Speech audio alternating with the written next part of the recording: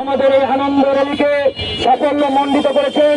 আমি আপনাদেরকে অন্তরের অন্তঃস্থল থেকে ধন্যবাদ জানাই। কয়েকটি কথা বলে শেষ করব।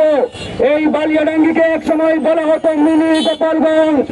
আমরা বলতে চাই আজকের পর থেকে এই বালিয়াডাঙ্গি মিনি গোপালগঞ্জ নয়, এই বালিয়াডাঙ্গি হবে এদেশের জনগণের, এই এলাকার মানুষের বালিয়াডাঙ্গি।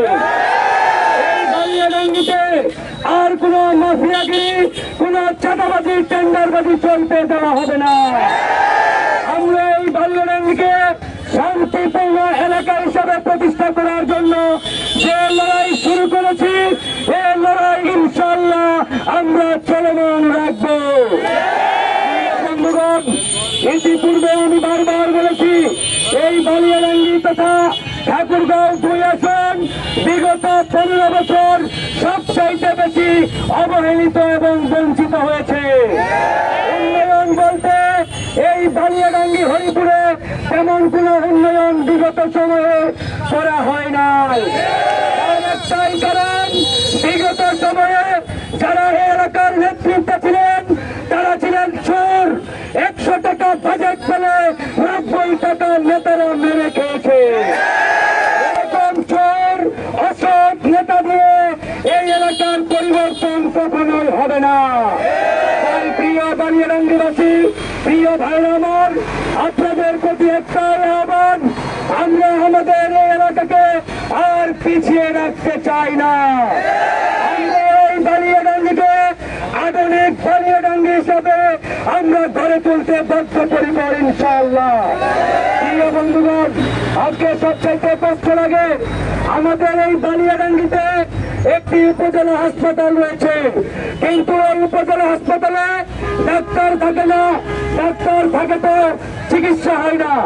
এর কারণ এই এলাকার বিগত সময়ে যারা এমপি ছিলেন, চেয়ারম্যান ছিলেন, তারা কোনদিন তাদের পরিবারের সদস্যরা কোনদিন এই উপজেলা হাসপাতালে পা রাখে নাই। এমপি সাহেবের জ্বর হয় চলে যায় আমেরিকা, চেয়ারম্যানের জ্বর চলে যায় সিঙ্গাপুর, আর আমার বালিয়াডাঙ্গির একজন গরিব মানুষ ক্যান্সার নিয়ে ঢুকে ঢুকে বালিয়াডাঙ্গিতে মরতে হয়। বলছি ভাই, এই জন্য আজকে সুযোগ আসছে, সময় আসছে, এই বালিয়াডাঙ্গিকে ঢেলে সাজাতে হবে। তাই আমরা ইতিমধ্যে পুরো বালিয়াডাঙ্গি, হরিপুর সহ আমাদের ঠাকুরগাঁও 2 নির্বাচনী এলাকায় ইতিমধ্যে উন্নয়নমূলক কাজ শুরু করেছি। এখন পর্যন্ত বালিয়াডাঙ্গি হরিপুরের প্রায় 80 রাস্তা কাঁচা। এই বর্ষাকালে মানুষজন রাস্তা দিয়ে চলাচল করতে পারে না, কারণ বিগত সময়ের নেতারা এই উন্নয়ন বাজেটের 90 টাকা লুটপাট করে খেয়েছে। রাস্তার নামে বাজেট হয়, বীজের নামে বাজেট হয়, হাসপাতালের নামে বাজেট হয়, কিন্তু নেতারা ওই বাজেট রাস্তা না করে নিজেদের পকেট ভারী করে। তাই আমাদেরকে এরকম চোর অসৎ নেতাদের কাছ থেকে এই বালিয়াডাঙ্গিকে উদ্ধার করতে হবে বন্ধুগণ।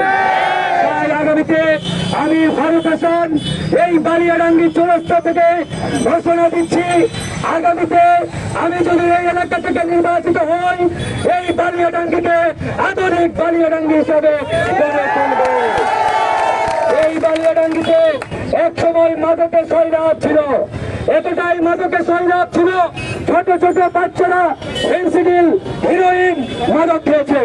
আগামীতে যাতে এরকম পরিস্থিতি না থাকে, ইনশাআল্লাহ মাদক মুক্ত বালিয়াডাঙ্গি আমরা প্রতিষ্ঠা করব।